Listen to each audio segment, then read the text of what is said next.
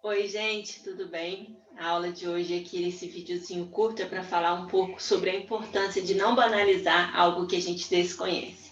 E a importância de entender que falar de uma saúde integrativa, falar de um olhar integral do ser humano é saber que você não vai tratar mais sintomas, você vai tratar pessoas. E quando você faz esse movimento de tratar pessoas, é quando você realmente muda o seu foco. E como que eu faço isso, né? A primeira coisa você pode perceber a partir de uma queixa. Queixa principal. É aquela primeira pergunta que a gente faz dentro de uma boa anamnese, né? Qual a sua queixa principal? No entanto, geralmente, quando a gente faz essa pergunta, as pessoas já jogam ali vários sintomas. Ah, eu tô com dor de cabeça há tanto tempo, isso, aquilo outro. Na verdade, é algo que é tão sintomático que com certeza tem uma causa comum, ou pelo menos uma ou duas causas comuns ali por trás. E é aí que a gente entra na principal questão.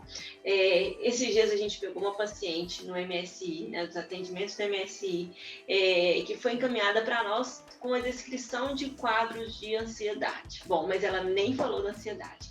Quando eu expliquei para ela que a queixa, eu sempre falo o seguinte: olha, eu quero uma queixa principal. E essa queixa não precisa ser necessariamente um sintoma em si. Pode ser um sintoma, algo físico que você está apresentando, mas eu acredito que se você já sabe que tem algo que está acontecendo que é tão importante quanto o seu sintoma físico, é isso que eu também quero que você diga. E aí ela disse para nós, né? Eu estou perdida. Queixa principal, eu estou perdida. O que fazer, né? E aí, ao longo de uma conversa toda, nós poderíamos pensar que esse eu estou perdida seria no caminho profissional. No entanto, o que ela apresentava era uma infinidade de confusões ligadas à sua relação, ao seu casamento, e que refletiam nas suas finanças, nas questões profissionais, na relação com os filhos. E tudo isso foi a nossa consulta, né? Mesmo que pareça estranho, foi a principal parte da nossa consulta foi essa. Né? Claro que isso reflete no sono dela, no nível de preocupação, no nível de estresse, no nível de ansiedade, na forma como ela lida com a comida, na forma como ela lida com as suas relações de trabalho e familiares. Então, se a gente não olha realmente para esse lugar, nós estamos simplesmente negando a principal fonte do adoecimento ali, que é eu estou perdida. E a partir dessa queixa principal, eu estou perdida, o que é que a gente pode, enquanto uma médica integrativa, ou uma médica de saúde integral, ou uma profissional de saúde integral, olhar para isso, né? É importante que a gente tenha um roteiro do olhar, né? Para que aquela pessoa possa realmente saber que o único caminho vai ser o que ela decidir, né? Não o que eu decido para ela.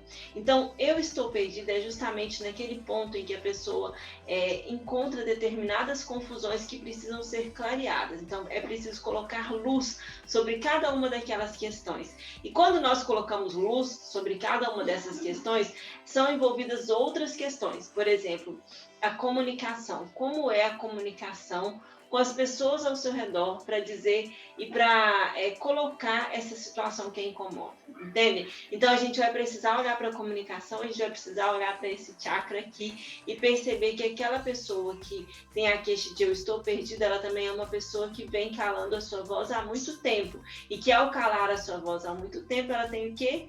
Doença do refluxo, ela tem problemas na tireoide, ela tem alterações nas cordas vocais. Não, mas ela tem alterações nas cordas vocais porque ela é professora. Pode ser que sim, mas também não é só por isso, né? A gente sempre tem muitos professores, tem muitas pessoas que falam muito, que passam uma vida falando muito, mas que não têm alterações nas cordas vocais. Será que essa sensibilidade desenvolvida é só pelo excesso de trabalho ou também é porque a sua comunicação precisa ser trabalhada?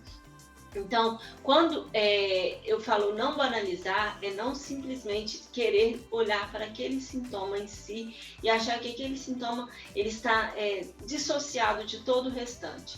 E talvez o nosso maior desafio enquanto profissionais hoje seja o seguinte: a gente sabe de tudo isso, nós temos essas informações, nós estamos estudando e nós sabemos que ali existem personalidades diferentes, que têm olhares diferentes, que têm reações diferentes. Então, se existem personalidades diferentes, como que eu posso falar para a pessoa sobre isso, falar para a pessoa sobre esse assunto?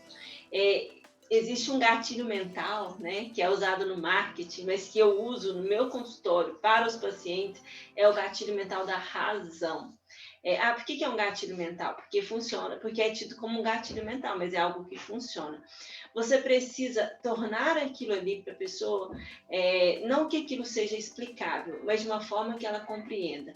Porque a partir do momento em que ela compreende, ela não banaliza e ela entende a profundidade daquilo. Por exemplo, as pessoas que não compreendem os florais, elas banalizam. Eu vou tomar um remedinho natural aqui que vai melhorar minha dor de cabeça ou a minha ansiedade.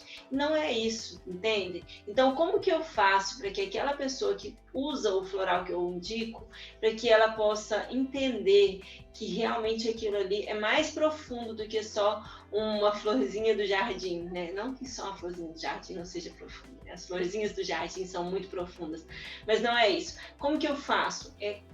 Trazendo para a razão, mostrando, se for preciso, eu conto a história do Dr. Bali na hora, para que aquela pessoa se convença da integridade dele ao fazer esse trabalho. Se for preciso, eu conto para vocês toda a história dele, porque a história dele para mim e toda a integridade que ele trouxe para tudo já fazem com que ele não seja um charlatão, né? Assim, que é o que as pessoas gostam de dizer. No entanto, eu explico ali. Olha, é uma medicina, né, que olha as pessoas a partir das suas personalidades. Então tem o floral de tipo e tem o floral de momento emocional, certo? Muitas vezes a gente não consegue identificar qual a sua principal personalidade numa primeira consulta. Algumas vezes fica muito claro, uma pessoa tícore, é uma pessoa que tem apego, que tem muita dependência, é aquela pessoa naturalmente apegada e que geralmente tem a ferida emocional da dependência.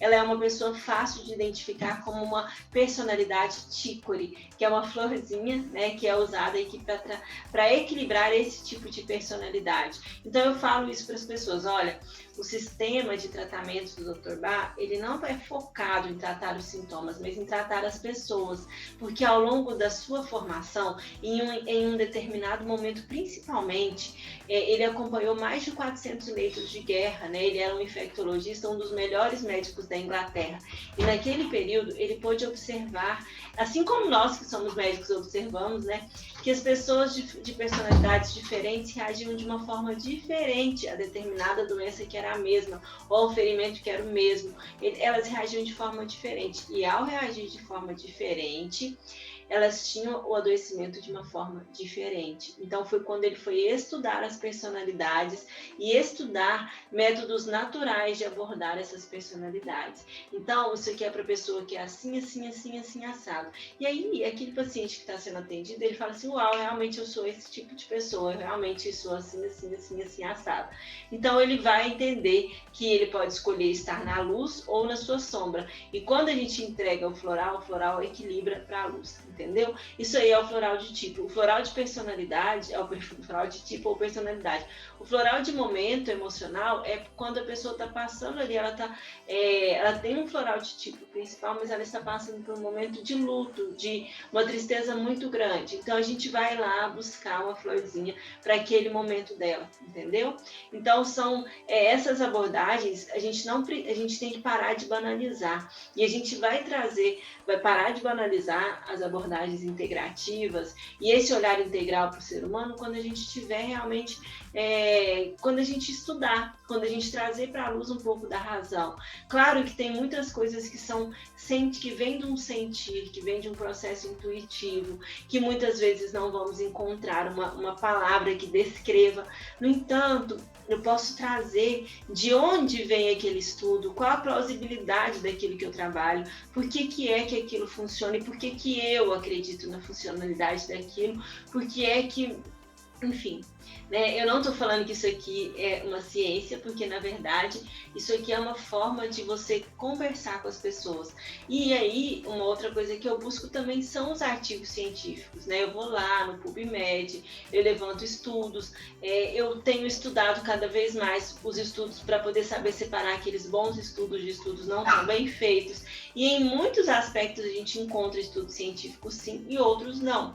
E dentro das práticas integrativas, o que a gente gente encontra, às vezes não é um estudo explicando como aquela prática funciona no nosso corpo, porque a compreensão fenomenológica, muitas vezes a gente não tem essa descrição, mas a gente encontra ali resultados daquela prática a longo prazo. E as práticas mais estudadas, por exemplo, são as de meditação, né? Tem de meditação, de Kundalini Yoga, são práticas muito, muito estudadas e que têm muito respaldo científico hoje. Tá certo? Então, não banalizar é você ir na raiz da história daquela prática, é você buscar a funcionalidade daquela prática, é você buscar a ciência daquela prática, porque não? Às vezes você vai encontrar, às vezes você não vai encontrar, mas é buscar de tal forma que você consiga mostrar para aquela pessoa que vai se consultar com você que faz sentido, sim, usar aquela abordagem, entendeu? E aí a experiência dela é única e essa experiência vale mais do que qualquer outra coisa, tá bom? Até mais.